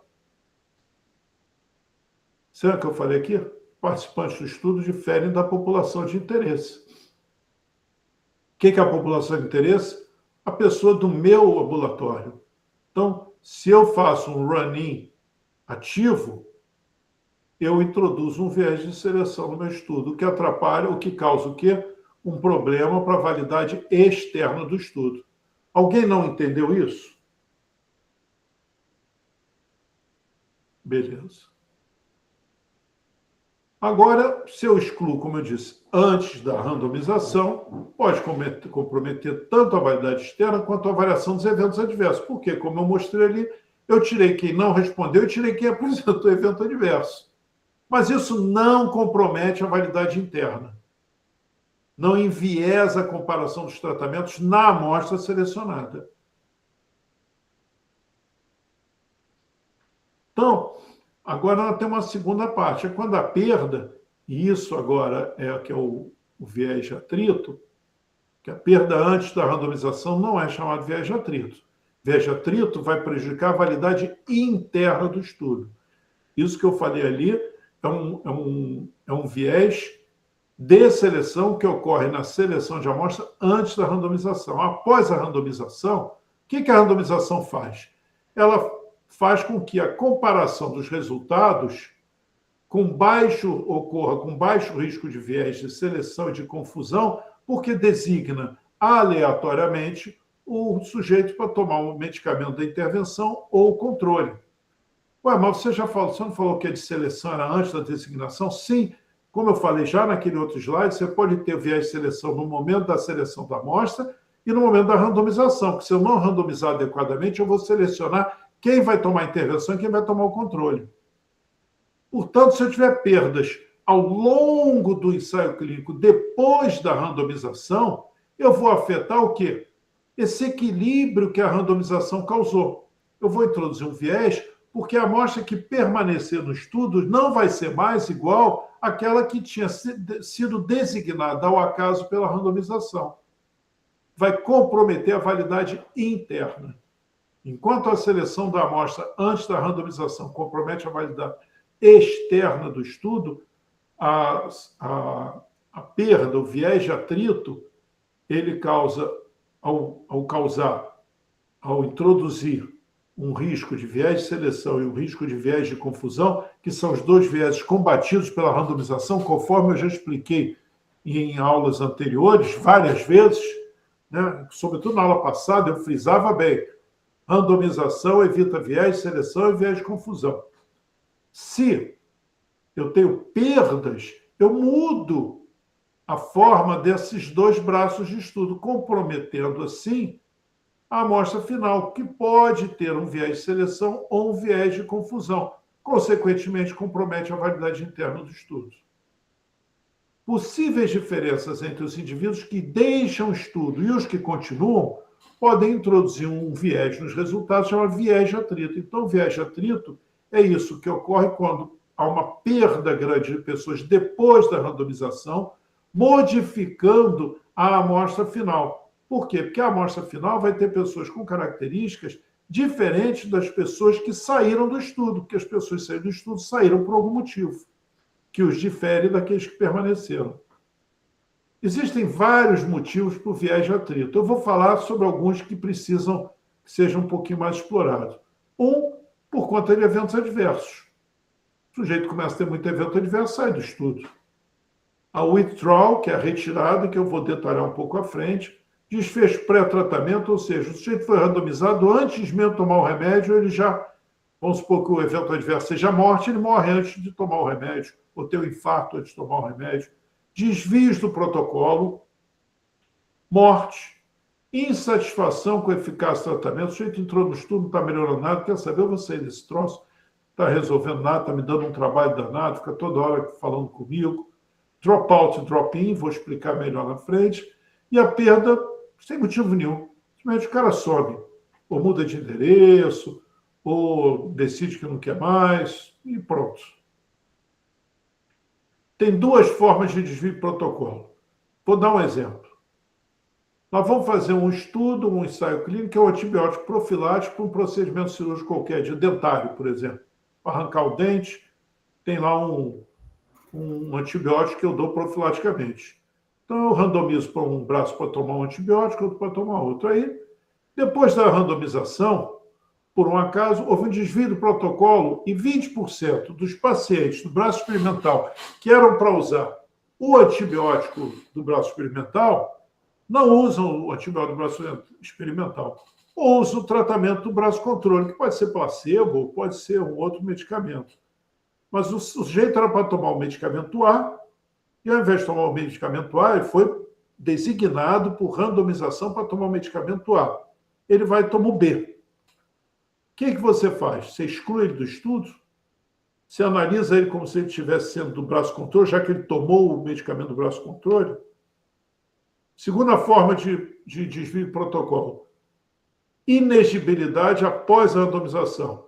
O cara é randomizado, tem que participar tomar um medicamento do braço A, porém, ele não está respondendo bem ao tratamento, ele está começando a ter muito evento adverso, ou ele foi designado para o braço que eu acho que ele não tinha que ser, porque eu já estou desconfiado, esse cara está tomando controle, ou ele está tomando intervenção, ele é muito grave, ele é um cara que adere pouco ao tratamento, eu queria que ele tivesse sido para o braço controle. Aí você começa a dar uma atenção maior, você acaba, em algum momento, tirando esse cara, sugerindo ele parar de tomar o remédio, ou ele mesmo desiste, está entendendo? Ele se torna, você diz que descobriu que ele era inelegível para o estudo e tira ele do estudo. Como é que você lida com a inegibilidade verdadeira? Não a inegibilidade criada por mim, como nesse caso anterior, que eu chego, quer saber, esse cara está dando errado? Eu vou botar aqui que eu acabei de descobrir que ele é inelegível, porque para entrar no estudo tinha que ter hematócrito maior do que 20, ele tinha hematócrito 19,9. Então ele é inelegível, está excluído do estudo por inegibilidade.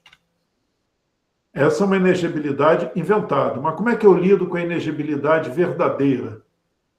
Primeiro, não randomizar até os testes diagnósticos confirmados e checados. Porque você, às vezes, para incluir, você precisa de alguns resultados de exame. No meu ensaio clínico, eu precisava que o BR fosse positivo. Então, eu botava lá o sujeito com maior cavitação, tudo para ter tuberculose, eu pedia 3 BARs, aí vinha o primeiro negativo, o terceiro vai dar positivo, incluir. Por exemplo, né? Eu não fiz isso, mas supondo. Está errado, eu tenho que esperar os 3 para ver o BR positivo. E aí, só que se eu incluir ele, eu não posso excluir mais. Incluir azal B e azal D. Azal dele no sentido do ensaio clínico, não do tratamento dele, porque ele vai tomar o tratamento que tiver que tomar, mas vai ser analisado como se fosse o tratamento do estudo. Você pode, eventualmente, randomizar antes de confirmar o diagnóstico, mas você prevê isso no protocolo, já prevendo a possibilidade de exclusão. Exemplo, o BR positivo não é diagnóstico de tuberculose, ele é um diagnóstico de probabilidade. E tem um valor preditivo positivo de 90% a 95%. O que isso significa? 90% a 95% das pessoas com BR positivo têm tuberculose, mas tem 5% a 10% das pessoas com BR positivo que não têm tuberculose. O que confirma o diagnóstico de tuberculose? Cultura. E a cultura leva 1 mês para ficar pronta. Eu não podia ter um BR positivo e ficar esperando 1 mês para poder ver se dá a cultura positiva para incluir ele no estudo. Então, o que nós fazemos? BR positivo, radiografia sugestiva de tuberculose, nós incluímos ele no estudo.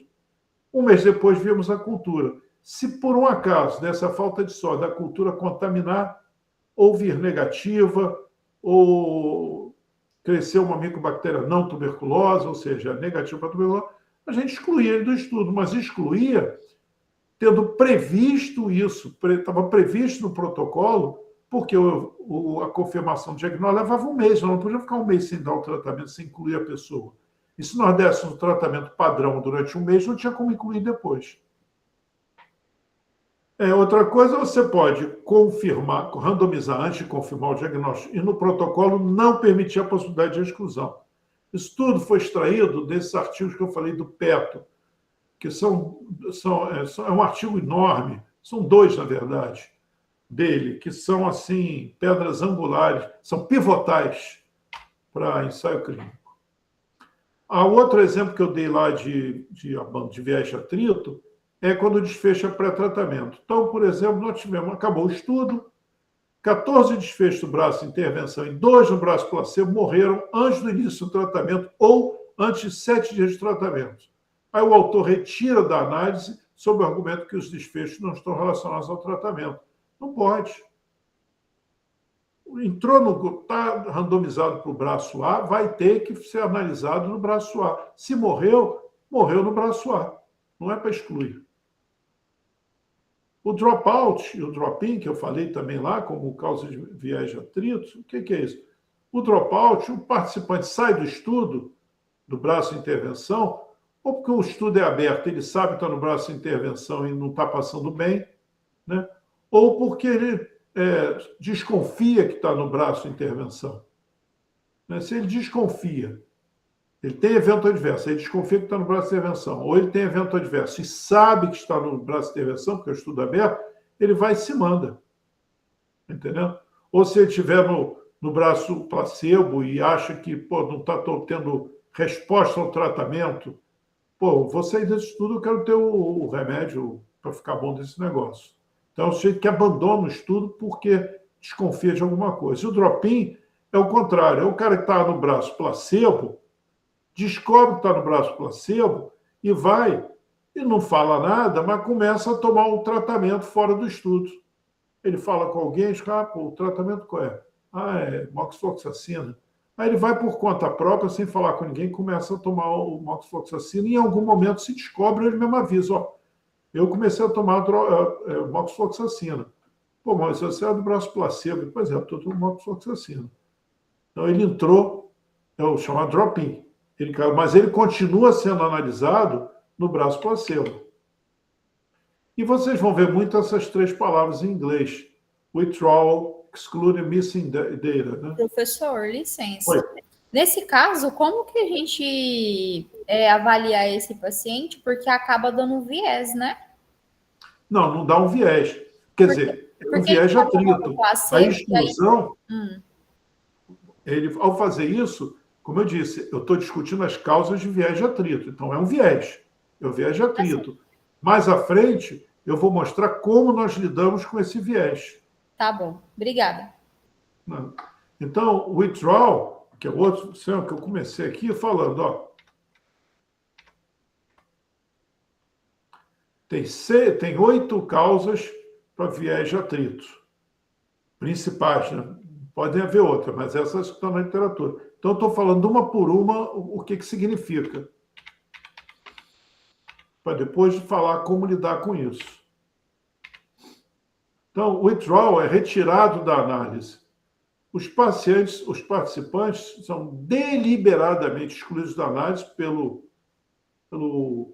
PI, pelo investigador, por desvio de protocolo. Ou seja, inelegível e foi incluído por engano, violação do protocolo. Existe uma diferença entre desvio do protocolo e violação do protocolo.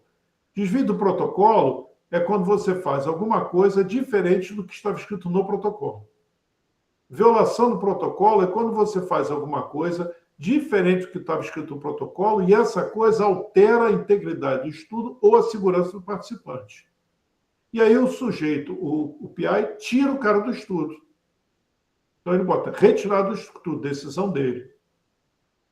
Outra coisa é o excluído. Vocês veem que o withdrawal, por isso que eu boto aqui em inglês, porque withdrawal e excluded, na verdade, ambos significam retirado. Só que o withdrawal é retirado após a randomização. E o excluído é o excluído antes da randomização, que é em função dos critérios de inclusão e de exclusão. Não é por nada. Você assina um termo de consentimento livre esclarecido, faz os exames e diz lá, você vai incluir se o cara tiver hematócrito acima de 30 e, enfim, bota lá os critérios que ele tem. Aí ele não tem hematócrito, tem hematócrito de 20, então você vai excluir do estudo. Então são os excluídos. E o missing, o poor quality data, é que simplesmente não se tem a menor informação sobre aquilo. Sumiu aquele caso e ninguém diz o que houve nem por quê. Então, o viés de atrito sempre vai ter, a primeira coisa, sempre vai haver perda em todo estudo. Se o sujeito disser que incluiu 2.000 pessoas e não houve nenhuma perda, não leia esse estudo. É mentira. Mentira. Não existe isso. Se ele não refere, não relata, não descreve as perdas, não leia os estudos. Tem um erro grave nele aí. Está mentindo. Não tem transparência esse relato. Então, o viés de atrito, quando ele é de menos 5%, é considerado pequeno, pequeno viés. Todo estudo tem um viés qualquer. Não existe estudo perfeito. Assim como não existe crime perfeito, a não ser naquela série Casa de Papel, que quem não viu devia ver, um crime perfeito. Fora esse, mas mesmo assim tem uma série de problemas que acontecem, sempre por erro humano, mas o plano não sai exatamente como tinha que sair, mas não existe. Estudo perfeito também não existe. Mas um atrito, por exemplo, de menos de 5%, é um pequeno risco de viés, não tem problema nenhum. Um atrito de mais de 20%, sérias ameaças à validade do estudo. Se a proporção e as causas das perdas forem diferentes entre os dois braços, pois mesmo que seja um atrito pequeno, traz um problema. Então, você tem uma perda de 10%, não é 20%. Só que desses 10%, vamos supor que a amostra fosse de 1.000, 10% é 100. Então, você teve uma perda de 100. Só que 80 foram perdidos num braço e 20 no outro. Embora o atrito seja pequeno, há um grande desequilíbrio. Isso introduz um viés. Não é possível que tem tanta perda num braço. Algum motivo tem que ter. E se na descrição das causas das perdas também for muito diferente. Então, causa de perda num braço. Morreu todo mundo, no outro morreu ninguém. O evento adverso, todo mundo, outro não tem ninguém. Isso tudo te leva a preocupar. Como é que você resolve todas essas ameaças que existem à validade interna? No momento da análise. Então, você tem dois tipos de análise. A análise que a gente chama de ITT, ou Intention to Treat, ou seja, você analisa o sujeito com base no braço que ele foi designado, independente dele ter ficado nesse braço ou não, independente dele ter saído do estudo ou não. Ele entrou naquele braço, ele vai ser analisado com o desfecho daquele braço. E as pessoas que desaparecem, somem, você analisa com o pior desfecho possível, sempre. E a análise pelo protocolo, ou seja, você tira aqueles que perderam e analisa só os que ficaram. Todo estudo tem que apresentar a análise intention por treat. O bom é quando eles apresentam per protocolo e ITT. E agora inventaram o MITT, que é o ITT modificado. Aí você tem que ver como é que foi esse ITT modificado, que isso é uma invenção. Isso não está previsto na literatura. Então, Intention to Treat Principle, o princípio da intenção de tratamento é: todos os pacientes randomizados e todos os eventos, como definidos no protocolo, devem ser contabilizados na designação primária, mesmo que não tenham recebido a intervenção. Ponto. Quem disse isso foi Petto, no seu pivotal artigo. É assim que tem que ser. O ITT modificado é assim, seria assim, permitiria a exclusão de forma justificada dos participantes após a randomização. Por exemplo, aquele caso que eu falei da tuberculose no meu estudo. Nós fizemos um Intention to Treat e um ITT modificado. Nós excluíamos do estudo aqueles que foram excluídos após a randomização porque eram inelegíveis, porque a cultura tinha sido negativa. Mas nós escrevemos isso no protocolo antes, estava previsto. Qual o problema do ITT modificado? Não existe diretriz. Não existe em lugar nenhum escrito como tem que ser o ITT modificado. Então, as pessoas... Esse ITT modificado foi uma ideia, obviamente não da nossa cabeça, existem outros trabalhos que já tinham feito isso para a tuberculose, então foi uma ideia nossa. Nós botamos lá o que outras pessoas fazem e nós fizemos também. Mas é assim, não, está previsto pelo FDA, está previsto no artigo de estatística. Se existe, é recente, eu não conheço. Aí veio um cara, esse nome aqui é Braha, e fez um trabalho e ele analisou 2.349 ensaios clínicos randomizados. O que ele percebeu? 597 deles tinham ITT. 323 tinham ITT modificado.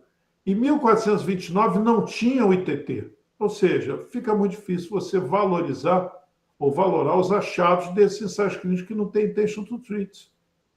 Porque a Intention to Treat é uma forma de você analisar a verdade dos fatos do ponto de vista metodológico. Você reduz o risco de viés fazendo análise por Intention to Treat.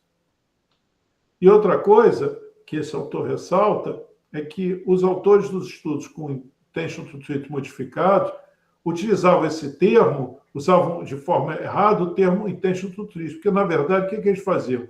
Eles faziam uma análise per protocolo, o que confundiu o eleitor, e botavam o intention to treat.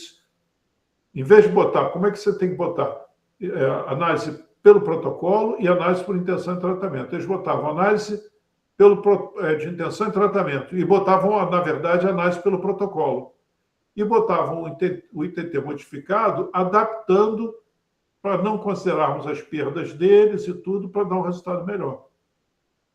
Então, em alguns estudos com ITT modificado, a confusão ainda é maior, porque além de fornecer uma análise de ITT com desvio, eles fornecem uma segunda análise e definem como per protocolo. Quer dizer, eles fazem uma confusão que nos confunde.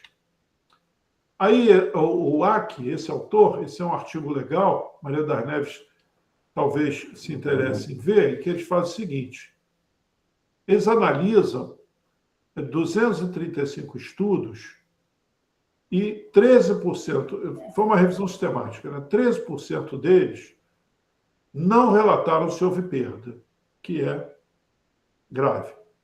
Nos que relataram, em média, 6%, a mediana, aliás, em 6% era a perda de participantes. 19% não informaram como é que eles lidaram com essas perdas na análise.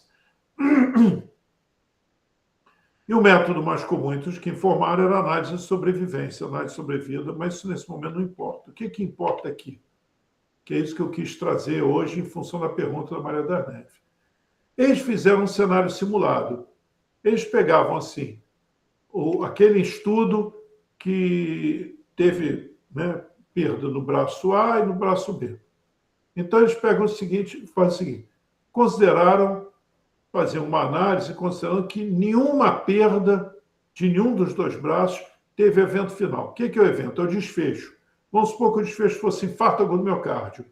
O braço A teve uma perda de 10 pessoas, o braço B teve uma perda de 10 pessoas.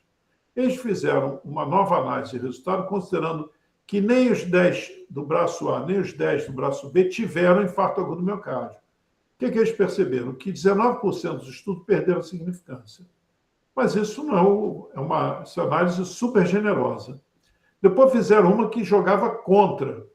Todas as perdas tiveram o evento, ou seja, os 10 do braço A e os 10 do braço B, eles consideraram como tendo tido infarto e fizeram a análise reanalisaram os estudos e viram que 17% deles perderam a significância estatística. Aí fizeram uma outra coisa. Pegaram todos os braços do grupo intervenção e consideraram como tendo tido o desfecho infarto agudo do miocárdio.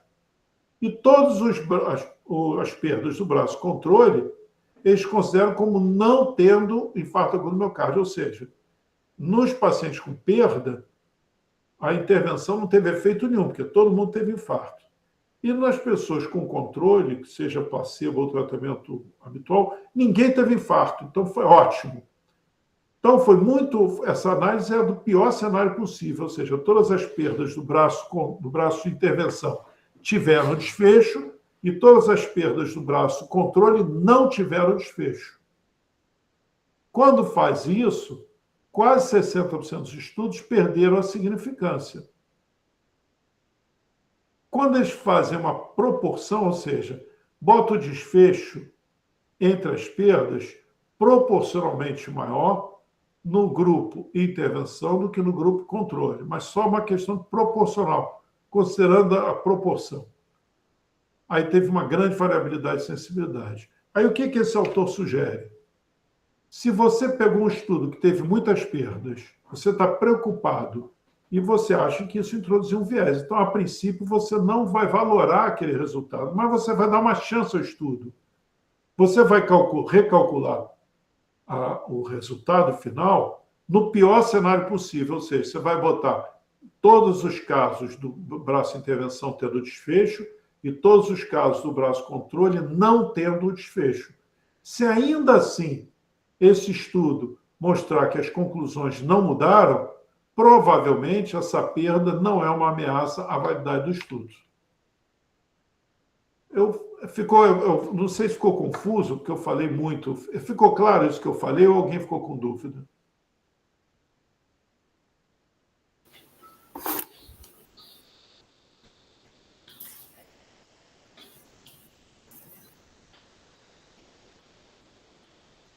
Eu acho que é isso que o senhor falou. Eu entendi, professor. Então, assim, naquele exemplo que eu dei, né, de que tinha 800 pacientes e 200 perderam em cada braço, é você computar nesses 2 braços e colocar o número de desfecho e fazer o cálculo, né, para saber se muda ou não, não é isso? A princípio, ele teve uma perda que superou 20%. Então, a princípio, você já introduziu aí, é um estudo com elevado risco de viés. Então, a gente não pode confiar totalmente nos resultados. Mas você quer dar uma chance ao estudo. Você, poxa, apesar da perda ser maior do que 20%, eu quero ver se, mesmo assim, será que isso não tem valor? Aí você faz uma análise com o pior cenário do mundo. Se a despeito dessa análise, que tem 60% de chance de modificar o resultado, mas se essa análise não modificar o resultado, pode ser que o efeito não seja tão ruim quanto parece ser. Entendido. Entendi. Bom, o outro viés que nós falamos lá no início, lembra que eu falei que nós vamos ver viés de atrito, viés de seleção, seria o viés de performance. O que é o viés de performance? Só um minutinho. O viés de performance é porque o tratamento tem que ser exatamente igual no braço controle, no braço intervenção, exceção feita à intervenção. Tem que ser a única diferença. Só que quando você sabe que um dos braços você desconfia ou sabe que é o braço intervenção, ou seja, o braço pelo qual você está torcendo, você quer que dê certo seu estudo, começa a ver com a intervenção da equipe de estudo. Sabe como é que é? Um tratamento diferenciado para a pessoa do braço intervenção em relação às pessoas do braço controle. Então, é um viés de performance. Você interfere ao longo do acompanhamento dos participantes. Como é que a gente avalia o viés de performance? O tratamento foi idêntico, totalmente idêntico nos 2 braços. O estudo é cego, ou seja, o investigador e a equipe estão mascarados ou cegados para os tratamentos. Então, a melhor forma de evitar viés de performance é o cegamento. E tem o viés de detecção, que é quando é a diferença na avaliação do desfecho. Quando você tem um estudo aberto, então você já sabe quem é a pessoa que chega para você, que é do braço intervenção, do braço controle. Então, se você tiver um desfecho como, por exemplo, dor, você pode puxar a brasa, a sardinha do braço intervenção. O cara fala que a dor é... quanto que é a sua dor? Você tem lá uma tabela qualquer para medir. Aí o cara bota o número, você tem certeza? É tão forte assim? Então você acaba induzindo o sujeito a reduzir a dor no braço que você quer e aumentar a dor no braço controle. Então, viés de detecção. Como é que você avalia o viés de detecção? Você olha o desfecho. Como eu falei, o desfecho dor é um desfecho que é muito bom no ponto de vista de ser centrado no paciente, mas ele é subjetivo, né? Não é como infarto agudo do miocárdio, morte, AVE, tuberculose, são desfechos objetivos. Não tem como você dizer que o sujeito tem tuberculose sem ele ter, porque o critério de diagnóstico é cultura positiva. O investigador e a equipe estavam mascarados para o tratamento, sobretudo, isso é muito importante, quando o desfecho é subjetivo. Procedimentos e metodologia de avaliação de desfecho foram exatamente iguais em todos os braços. O tempo de acompanhamento foi longo o suficiente para o desfecho. Às vezes o desfecho precisa de mais tempo para acontecer, né? O medicamento precisa de mais tempo para fazer efeito e é avaliado precocemente, né? Então pode ter um desfecho, um viés de desfecho, de detecção. Eu tenho aqui uma sugestãozinha, uma ficha que eu uso. O que é essa ficha? Ela é simplesmente um resumo de tudo que a gente falou. Então, eu vou avaliar a validade interna, que é o que nós estamos vendo aqui. O objetivo maior é a validade interna. O que são os principais? Viés de seleção e confusão, né? Então, eu vou ver. Foi estratificado por valores conhecidos, a alocação foi aleatória, a ocultação da sequência aleatória tem inclusão, a randomização funcionou, tabela 1. Viés de atrito, perda total menor que 20%, porcentagens e causas de perdas semelhantes nos dois braços de estudos, análise por intenção e tratamento, viés performance, tratamento exceto intervenção igual nos dois braços, investigador, equipe, participante ou avaliador cegos, viés de detecção, na verdade, investigador, equipe, participante cegos, viés de detecção, desfecho primário com relevância clínica, avaliadores cegos para o desfecho, mesmo método de avaliação de desfecho em todos, tempo de segmento suficiente para a ocorrência de desfecho? Se a resposta for sim em todos eles, ou aparentemente sim, o risco de viés é muito baixo. Se não foi possível avaliar alguns itens, o risco de viés é moderado nesse estudo. Se não em pelo menos um, existe um elevado risco de desvio da verdade. Então, aqui, a perda total foi de mais de 20%? Aparentemente, sim. Aqui, quando eu disse não, que algumas... Não, perda menor do que 20%, tá certo? Não. Então, se eu respondo não aqui, eu já digo que tem um elevado risco de viés o estudo. Basta ter um desses sendo respondido não. Então, como eu botei ali, na validade interna do estudo, se alguns itens não puderam ser avaliados, tudo que eu botei ali está aqui só com essa figurinha mais bonitinha, com um bonequinho preocupado, feliz ou chorando. A avaliação do desvio da verdade, como eu disse, pode ser devido ao viés, começamos lá no início, ao nosso inimigo, ou devido ao acaso. Se o objetivo do ensaio clínico é apresentar provas de que a diferença dos tratamentos está além de qualquer dúvida razoável, um p-valor muito menor, por exemplo, menor do que 0,001, é necessário. Quanto menor o p-valor, mais forte a evidência contra a hipótese nula de que o fármaco não tem efeito. Ah, Marcos, você que disse isso, não. Quem disse esse autor, Pocock, que é um autor muito importante em ensaios clínicos, e um livro de estatística, tá? Que, aliás, é um livro ótimo. E ele está disponibilizado, se eu não me engano, grátis na internet. Se você botar no Google o nome, você tem um PDF desse livro aqui. Para quem não é estatístico, ele é bom para uma consulta, para alguma coisa assim. Como nós sabemos, o desfecho, né, você tem o desfecho dicotômico, que nós vimos, temos o tempo para o evento, tem a variável quantitativa, a diferença entre as médias, a variável quantitativa do método 2, que é a variação média. Aqui é um resumo de tudo que eu falei. Em todos eles, além do intervalo de confiança, exceto nas médias, que é só desvio padrão e p-valor, média mais ou menos desvio padrão e p-valor, todos eles também vão apresentar um p-valor. E aí nós temos essa tabelinha sugerida pelo Pocock também, que se o p-valor for menor do que 0,001, a significância estatística é irrefutável. Se é entre 0,001 e 0,01, é uma significância estatística forte. Se é 0,01 a 0,05, tem alguma significância estatística.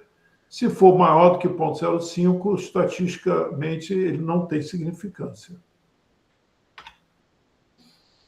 Eu postei a próxima aula, que é terça-feira que vem, vai ser baseada em 2 artigos. Um é esse aqui, ensaio clínico randomizado positivo, ou seja, quando desfecho primário positivo. De quem? Do Pocock. Foi publicado em 2016 no New England. E o segundo artigo, também do Pocock, é uma continuação desse, só que é quando o desfecho é negativo. Então, esse aqui vai mostrar como a gente analisa um ensaio clínico quando o desfecho é positivo e o outro analisa quando o desfecho é negativo. Eu mandei para a Tainara esses 2 artigos, tá? Eles não estão disponíveis no PubMed, mas eu tenho eles porque eu era assinante do New England, então eu tenho os 2 artigos. Então eu mandei esses 2 artigos lá, que vão ser discutidos na próxima aula. Mas vocês já têm esses artigos. Por quê? Porque eu estou sugerindo que vocês façam uma revisão, se tiverem tempo, procurem achar um tempo, fazer uma revisão do curso e dar uma olhadinha nesses 2 artigos, que eu vou apresentar os 2 na próxima aula. Então, se vocês tiverem dado uma olhada, ajuda. Porque aí, na quinta-feira em seguida, eu vou apresentar uns 4 ou 5 ensaios clínicos para análise de vocês. Como é que funciona isso? Por exemplo, esse do ensaio clínico positivo, são algumas perguntas. Ele vai perguntar assim: o desfecho primário é clinicamente o mais importante, ele é composto? Qual o p-valor? Qual a magnitude do efeito do tratamento? Os dados de segurança contrabalançam a eficácia? Os desfechos secundários são negativos com o desfecho primário positivo? Ou seja, o desfecho primário foi positivo, mas ele tem todos os secundários negativos? O efeito é consistente em todos os subgrupos importantes? O ensaio clínico é grande o suficiente? Ele foi interrompido precocemente? É um ensaio clínico randomizado truncado? Então, são essas questões que nós vamos ver, e são essas questões que nem essa, nem as do ensaio clínico negativo, elas não estão contempladas nos guias que vocês veem. Aquele quadrinho que eu apresentei hoje são questões que a maioria, se não todos os guias, contemplam. Ou pelo menos boa parte delas. Mas essas dessa aula da semana que vem, não. Então, é muito importante, porque elas vão nos ajudar. Não basta avaliar, porque a maior parte dos cursos, dos guidelines, eles fazem o quê? Eles limitam a avaliação da qualidade do ensaio clínico randomizado ao risco de viés. Isso está resolvido. Hoje vocês têm capacidade plena de identificar o risco de viés com tudo que vocês já sabiam, com tudo que nós discutimos nessas últimas semanas, e ainda com aquele quadrinho que eu dei, que aquele quadrinho é incrível, mas aquele quadrinho ali é o resultado, é o resumo de 6 semanas, de 12 horas de estudo, né? É um quadrinho, eu poderia ter começado o curso dando aquele quadrinho e estava tudo resolvido, né? Não teria dado tanto trabalho, né? Ficar discutindo tanto tempo, nem tanto a perder tempo. Bastaria dar o quadrinho, está aqui, você... que é isso que existe na literatura. As pessoas pegam os quadrinhos e vão vendo. O que não tem problema nenhum, obviamente. Mas eu acho melhor conhecer né, a essência. Então é isso, pessoal. Hoje terminamos. Está lá o material, deve ter posto, se não depois ainda vai colocar. E semana que vem nós vamos fazer essa avaliação desses 2 artigos e na última discutimos os ensaios clínicos, tá bom? Alguém tem alguma dúvida, alguma questão? Professor, eu tenho uma dúvida. Estou fazendo um ensaio clínico, já está feito, na verdade. E aí eu estou na fase de acompanhamento. Ele é um boca dividida, onde o meu participante, ele recebe as 3 intervenções. E aí a minha perda foi de mais de 20%. Então, quando o senhor estava falando sobre o viés de atrito, o senhor falou para calcular como que a gente calcula o pior cenário, para que não tenha, para ver se realmente aquilo não comprometeu, eu posso estar utilizando aqueles dados, né? Mais ou menos, não é utilizando os dados. Veja bem, quando a perda é mais de 20%, é unânime na literatura dizer que isso introduziu um risco de viés. O risco de viés elevado. Ponto. Quando você vai ler esse artigo e interpretar para o seu uso, por exemplo, vamos supor que seu ensaio clínico seja uma dissertação de mestrado ou uma tese de doutorado.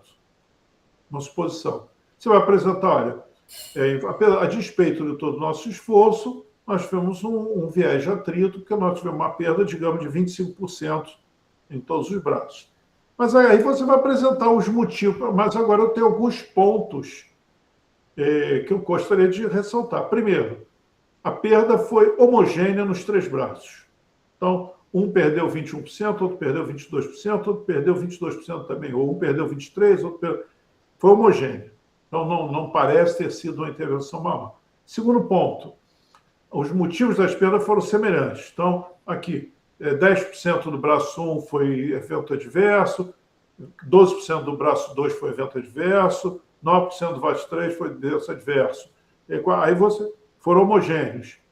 E por último, mas não menos importante, embora, obviamente, isso não elimine o risco de viés, eu acho que a gente tem que ter uma consideração, tem que olhar que esse estudo, no mínimo, gera uma hipótese. No mínimo, ele está gerando uma hipótese. Porém, Nós não tínhamos, por exemplo, verba adequada para fazer para ter os cuidados suficientes para não ter perda por abandono, ou talvez não tenhamos tido a oportunidade de fazer um run-in, e então as pessoas se mudavam, porque, infelizmente, é uma comunidade que as pessoas mudam de endereço e tal. Então, ele gerou uma hipótese, mas eu ainda assim, eu fiz uma análise secundária em que eu coloquei todos aqueles do braço intervenção como tendo o desfecho ruim, e todos aqueles do braço controle como tendo o desfecho bom, não tendo o desfecho ruim. E, ainda assim, a intervenção se mostrou positiva. Então, isso traz uma reflexão. Apesar da perda, apesar de não haver dúvida que há um risco de viés, há também a possibilidade que isso tenha sido por algum problema, alguma limitação orçamentária, alguma limitação na hora do acompanhamento, e que a gente continue achando que a nossa hipótese de que a intervenção é superior ao controle, ela tem validade. Entendeu? Entendi. Você traz uma discussão, não acaba com viés. Porque na área da pesquisa, da ciência, não existem verdades absolutas, é tudo relativo. Tanto é que você vê, estatística nunca é 100%.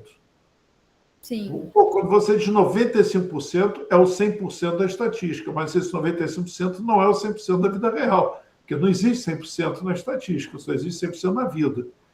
Então, na ciência, a ciência é relativa. Você vai fazer o que todo autor tem que fazer, que é defender o seu trabalho. É obrigação acadêmica sua, do ponto de vista com ética e conhecimento, não como tem um tipo de viés, que é o viés que chama twist, é o viés de... Esqueci o nome que usa agora. Que assim, o estudo tem um resultado e o sujeito fala que foi outro, né? Uhum. O resultado que ele diz, se você for olhar os dados, é engraçado. Os dados estão mostrando uma coisa e estão dizendo outra. Né? Isso aí não é chamar de viés, mas na verdade é fraude. Agora, você usar argumentação científica para defender um estudo seu é a coisa mais bonita que existe na ciência, né? Eu acho que fica muito elegante. Ou até dizer, olha, eu fiz essa avaliação com a expectativa que pudesse mostrar, mas infelizmente ainda assim não houve modificação. Então, o que a gente tem no momento é que estamos gerando uma hipótese a ser testada em condições que nós identificamos, é importante tentar identificar por que houve perda, para discutir isso, falta de dinheiro, falta de alguma coisa, que aí cabe quem conduz, é que sabe que, né, por exemplo, o sujeito mora longe, você não dava dinheiro da passagem, por exemplo. Não estou dizendo que foi isso, estou dando um exemplo, né? Ou teve uma guerra que no Rio de Janeiro, por exemplo, teve aí uma ação policial que paralisou a cidade uma semana, né? Houve uma série de confrontos, conflitos, etc. Isso está além de qualquer previsão. Se você tiver um estudo, você perdeu com certeza naquela semana, seu estudo não vai funcionar. Eu que trabalhava no Hospital Universitário da Ilha do Fundão, que é justamente onde teve isso tudo, nem eu iria trabalhar, quer dizer. Então, não tem como. Então, você vai ter que identificar isso tudo, cabe na discussão. Não sei se ajudei. Ajudou. Então, o foco não é nem tanto no... Porque a estatística, ela roda tudo, né? Com os dados que a gente tem. Mas deixar bem claro isso na discussão, para que o leitor, ele entenda, né? Uma coisa que eu aprendi é o seguinte: a gente tem que mostrar as limitações do nosso estudo. Porque a gente tira o poder de fogo dos avaliadores. Sabe? Ele vai, eu não deixo ele criticar, porque eu já mostrei onde estava o problema, já justifiquei o problema e expliquei do ponto de vista metodológico científico. O que ele vai fazer é concordar. O problema é quando a gente... Por isso que é muito importante no seu estudo você botar no final sempre as limitações. Se for uma dissertação, uma tese, você tem espaço para discutir. No paper, não. Você bota ali sentenças só, né? Uma limitação do estudo foi essa, outra foi essa, etc. Mas numa coisa você tem condição de discutir e tornar aquele tema, virar ele a seu favor, né? Porque mais do que o resultado, Eu estou falando em cursos, em pós-graduação, etc. Não comercialmente. Né? Se você faz um ensaio clínico que investiu 1 bilhão e você tem uma perda dessa, você tem um problema enorme, porque envolve 1000 outras coisas. Mas, do ponto de vista acadêmico, o resultado, óbvio, quanto melhor, melhor. Mas mais importante do que o resultado é o caminho. É o seu desenvolvimento, é o desenvolvimento da pessoa que está fazendo o estudo. Se você mostra consistência acadêmica e metodológica, você dá um show. Você é muito melhor do que um resultado foi perfeito, não teve problema nenhum. Você saber encarar, mostra maturidade acadêmica, você ver que teve limitação, entender a limitação, discutir a limitação, justificar a limitação e até defender que, a despeito da limitação, existem outros caminhos. Sim. Sim, entendi. Acho que meu estudo ele está nessa linha. É porque, assim, quando a gente faz, principalmente na odontologia, às vezes a maior barreira quando tem essa perda é que o estudo ele não tem valor nenhum, sabe? Em Muitos qual área começam você do falou? zero. Oncologia? Odonto, Odonto. o que você escuta é refaz o estudo, né? A maioria das vezes. Mas todo estudo tem sua importância, né? Todo resultado é resultado. Tanto é que quando você faz uma revisão sistemática, uma das coisas que você faz, você avalia, é um gráfico de funil para avaliar o viés de publicação. O que é o viés de publicação? Artigos que, por exemplo, vamos supor que você vai publicar esse artigo. Talvez você não o consiga. Uhum. Depende, você vai ter que escolher bem a revista, porque se você escolhe, por exemplo, você tenta publicar no New England, uma revista que é muito forte, um resultado negativo, eles não vão aceitar. Então, você vai publicar. Eu já publiquei resultado negativo. Só que você tem que encontrar alguma beleza naquele resultado, reduzir. Quando eu pego um resultado assim, eu já publico como carta, que tem o mesmo valor, sai no PubMed com o meu sobrenome, tudo aqui. Ninguém vai verificar se é carta ou artigo. Está lá no PubMed, está lá o meu nome, está a publicação, se as pessoas citarem, está resolvido. Então, por exemplo, na Medicina International Journal Tuberculose and Disease tem uma carta, tem uma página e meia. É muito mais fácil publicar do que um artigo original. Eu peguei um artigo original, que era muito simples, era um estudo transversal simplésimo, eu fiz ele em uma página. Mandei como carta, foi aceito. Porque o editor é bom para ele, que ele vai publicar, é fácil, porque não ocupa espaço, é objetivo. Então, tem muita manha, né?